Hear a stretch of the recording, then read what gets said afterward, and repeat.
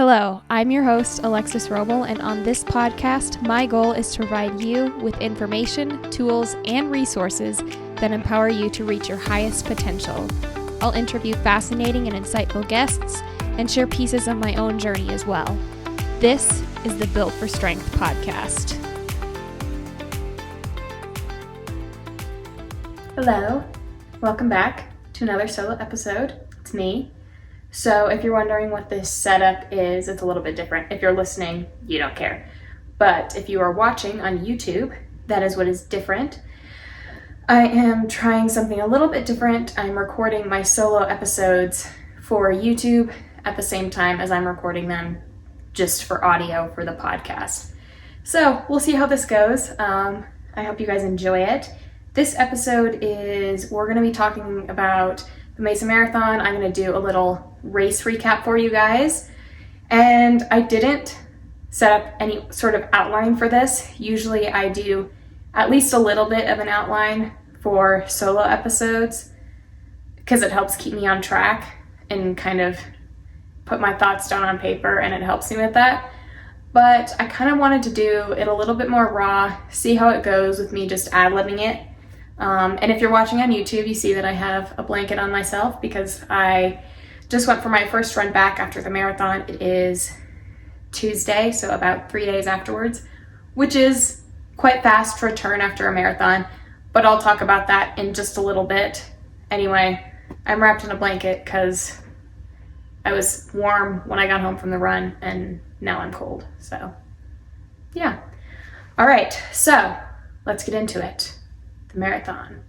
Now, if you don't know, I signed up for the Mesa Marathon about 2 weeks beforehand. I was planning on doing the half marathon, and then I switched to the full marathon, and I explained that in the last solo episode, so go back and listen to that if you're a little confused and out of the loop.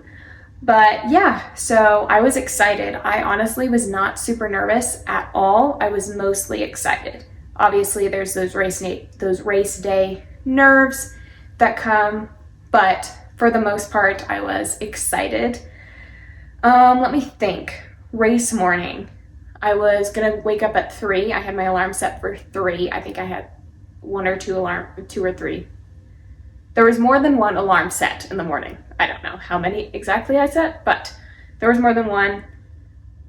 It was for around 3. I ended up waking up on my own at 2:30. It was probably just the adrenaline. So I got up, got myself dressed, ready. I could hear it raining outside, and I was like, I just don't want it to be downpouring. If it's drizzling, if it's raining, it's fine, I can deal with it. But if it's downpouring, that just kind of messes with you. But, I was ready for whatever the weather had to bring. So I got myself ready, and then I started fueling. I got a Go Bar that is by BPM, so I had one of those, and then I had some Bolt energy chews. Those are about 180 calories per package. I can't remember off the top of my head how many carbs there are in those, but those are pretty good. I had those my last marathon and they worked well for me, but getting them again, I'm not really a fan of the taste, so they're okay. I actually prefer the Cliff Blocks. Those are some different energy chews. I like those better. And the ad-libbing is clearly going well because I'm just going off on tangents left and right. And we're only like 3 minutes in. Anyways, I had the Volt Energy Chews and I was getting ready to go. So I went downstairs. I had some cereal because I felt like I needed a little bit more in my system. So I had that. Then what did I do? Went to the bathroom. I wasn't able to take care of business. It was just number 1. So that was a little bit nerve-wracking, but I knew there was going to be plenty of porta potties at the start, so I wasn't too worried about it. But we'll talk about that in a little bit. Bathroom fiasco. And then, let's see, after that, I got picked up by the people that were taking me. There was a woman and her husband from my old gym. She was running the half marathon, and her husband was just going to walk the 10K. So they picked me up, so I'm super grateful for that. It was great to chat with them, so that was super fun. And I actually felt quite awake. Oh, also, I forgot to say, I had bought that bottle, I mixed electrolytes in it, and I always do that before a long run, and then I never take the bottle with me, ever. And that was the same for today, for race day. I had the bottle, I bought it, I had the bottle, I mixed electrolytes in it, and I did not bring it. So, and I'm glad I didn't, because that just would have been too much to carry. But it'll be nice to have for any future runs that I go on. So I'm glad that I have it, but I just didn't want to bring it for that far and not be able to drop it anywhere. So we got to the place where the shuttles were to take you up to the start line, because you can't drive directly to the start line. You have to be shuttled there. And we got there around 4:15 or so.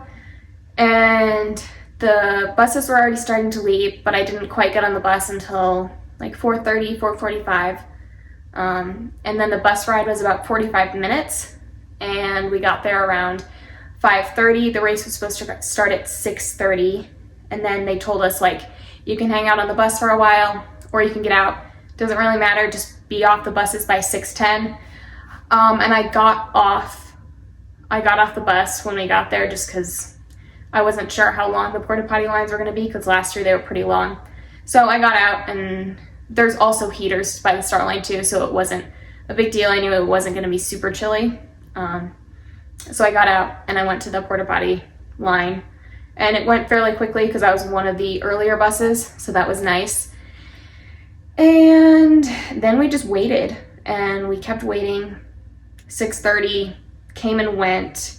I'm not exactly sure what happened, but we started late. I think everyone started late, like the full marathon, half marathon, and 10K. I think they all started late, but I'm not sure why. There may have been a few buses that weren't able to get there on time, but again, I'm not really sure. Anyway, we started around 6:53, so it was over 20 minutes late. And by the time we got started, I was like actually shaking with adrenaline. I wasn't nervous, but I was just like full of adrenaline and nervous energy, ready to go. So the start line, it was honestly anticlimactic, like the start of it, because last year they had fireworks and everything, and they sang the national anthem. They didn't sing the national anthem this year, even though they said they were going to. So not sure what that's about. Anyway, last year they had fireworks and everything, and the start was like hype. And this year it was, okay, now we're running, let's go. So I just went, I just started. And oh yes, I did not start with music or podcasts or anything. I was like, it's raining outside, or it's kind of drizzling a little bit. I'm just gonna leave them out. Plus, I know it's a track record for me to kind of, as the run goes along, I'll get bored, and then my mind will just kind of feel cluttered if I listen to something for too long. So I just started without anything. And I was planning on putting on some music or a podcast at like mile 18 or 20 or so. And I'll talk about that in a little bit, because I didn't end up doing that. But anyway, so we got started. The sun was starting to rise, and it was still drizzling, but it wasn't super cold, like it wasn't unbearable. And granted, I'm getting more used to the cold living in Colorado, because last year that would have been super cold for me. Plus being in shorts, like that just would have been really difficult. But this year it wasn't too bad. Like my legs felt really cold, obviously because I was wearing shorts. So it took a little bit to warm up, but it wasn't so bad. And I was also wearing a jacket, like a throwaway jacket. And I took that off around mile 4 or 5 or so and tossed it to the side because I was warm enough. And so the first few miles clicked by really fast. I was feeling good. And I was just trying to, not go too fast, not get discouraged by all the people that were passing me. So yeah, that was the first few miles. There was a hill at mile 4. Yeah, mile 4. The hill started at mile 4 and went to like mile 5.5. So that was hard, but again, running in hills in Colorado, it was easier for me this year, so that was good. And I took my first gel around mile 5 after I took my very first bathroom stop.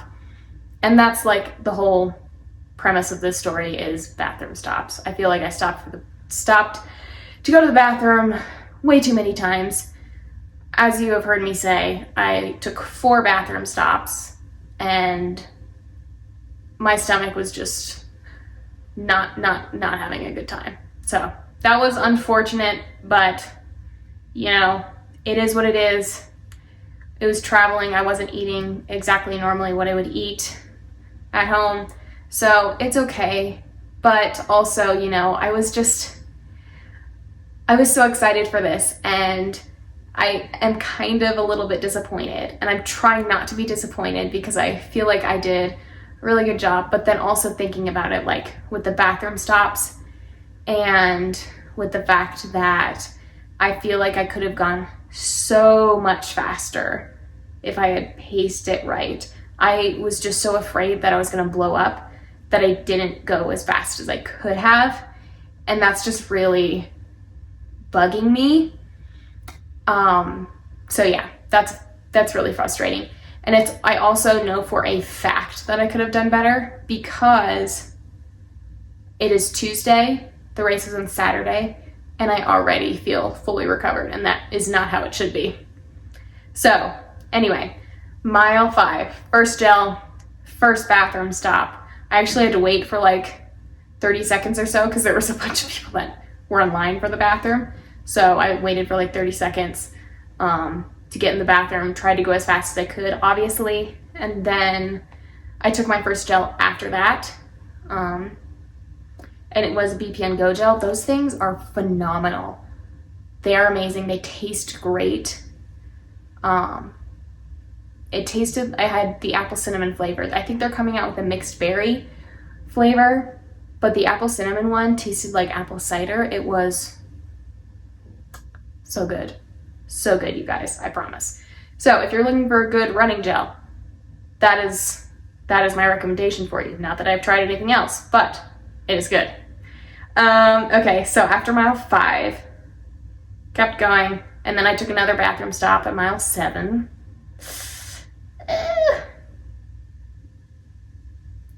But, you know, like I said, it is what it is. So, mile 7, second bathroom stop. After that, I kind of fell into a groove, and from mile 7 to, I don't know, 12, I don't really remember much. Like, they just clicked off real fast. And then it started raining a little bit, like quite a bit more around mile 13, but because it was drizzling like that whole time, I was already pretty much wet all the way through, so it didn't really matter to me, because when you're already wet, like, it doesn't really matter how hard it's raining, you're just wet already. So, but it did make it a little bit more chilly, so that was a factor. It just felt really strange because you're running, so your core temperature is warm, but then your outside is like cold, so it doesn't really match. It feels really strange because you obviously, I wouldn't have wanted to put a jacket on because I was warm on the inside, but also my skin was cold. I don't know. It was weird. Anyway, so I passed the halfway point. I took my second gel. When did I take that? I think I took that at mile 9. So yeah, again, I didn't really remember much from 7 to 12. So mile 9, I think I took my second gel. So kept running. When did I take, let me think. When did I take that next gel? I can't remember.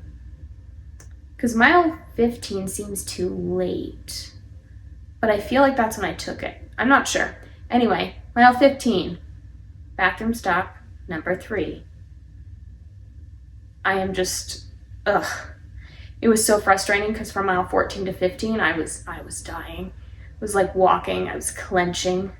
If you know, you know. It was really bad, guys. It was really bad. And so I got to mile 15. I took a bathroom stop. I barely made it. And then after that, I was great for the next 9 miles. I I fell into a groove. I had some gummy worms at an aid station. They gave me 2. I would have liked to have like 7. That would have been more ideal.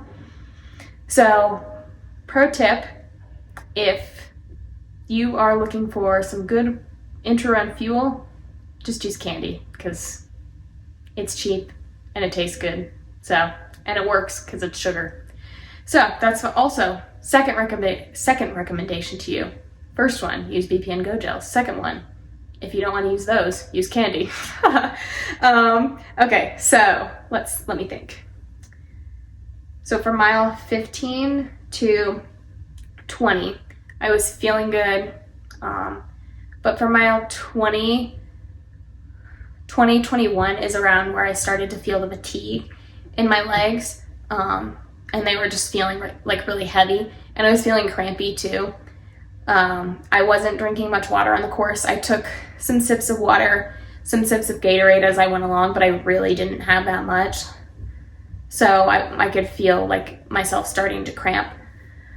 But none of it was seizing, and I never really got any cramps at all. I felt like I was going to when I was standing in line to take a picture at the finish, but not during the race at all. And so from mile 21 until 24 was really hard. And then mile 24, 4th bathroom stop. Mile freaking 24. Like, you think I could have made it another 2.2 miles? Nope. I needed to make that bathroom stop. Again, absolutely the bane of my existence this entire time. So, learning experience for next time. Like, do absolutely everything you can the week leading up to the race to not have stomach problems. And you'd think I would have known that, but I did not. So, mile 24, last bathroom stop. And from there I was like, okay, let's kick it into gear. You have 2.2 miles left. You've taken 4 bathroom stops. We need to go. So, I hauled booty to the finish. And I really wasn't going all that fast, I guess you could say. I can't remember exactly. But I know mile 26 was 8:33, which honestly probably should have been like my goal pace, but I don't remember. I was running like 9:30s most of the time, not counting the bathroom stops. So I did an 8:33 for 26, and I was kind of going off this one guy next to me. Like, he was picking it up at the end, so I was like, he ain't passing me. So I kept picking it up, and I eventually beat him to the finish. So it was all worth it, guys. I beat the guy to the finish. And so that last half mile or so, it was so good. I feel like I shouldn't have felt that good at the finish. So that's kind of annoying, but also going down that finish chute and feeling strong and passing those last few people, and then getting my name announced at the finish too was super fun. So yeah, that was great. I walked across the finish line. I ran across the finish line and then I walked. It was really great. So yeah, and of course the sun came out right as I finished, because that's just what happens. And then after that, I walked, I grabbed a bottle of water. I grabbed, they had some of those Powerlift protein infused drinks that I tried later on during the day. I didn't like it. It makes your mouth feel weird. It kind of has, it feels like it's leaving a film in your mouth. It's kind of strange to me. Maybe it was just the flavor I had. I don't know. Wasn't my favorite, but grabbed one of those. And then met the people that I was staying with because they were picking me up. And that's where I got some of those great videos that I put on my Instagram from. So they were there at the finish to cheer me on and get some good videos and pictures. So I was really, really glad they were there. And so we took, excuse me, sorry. So I got a picture taken at the 26.2 sign at the finish.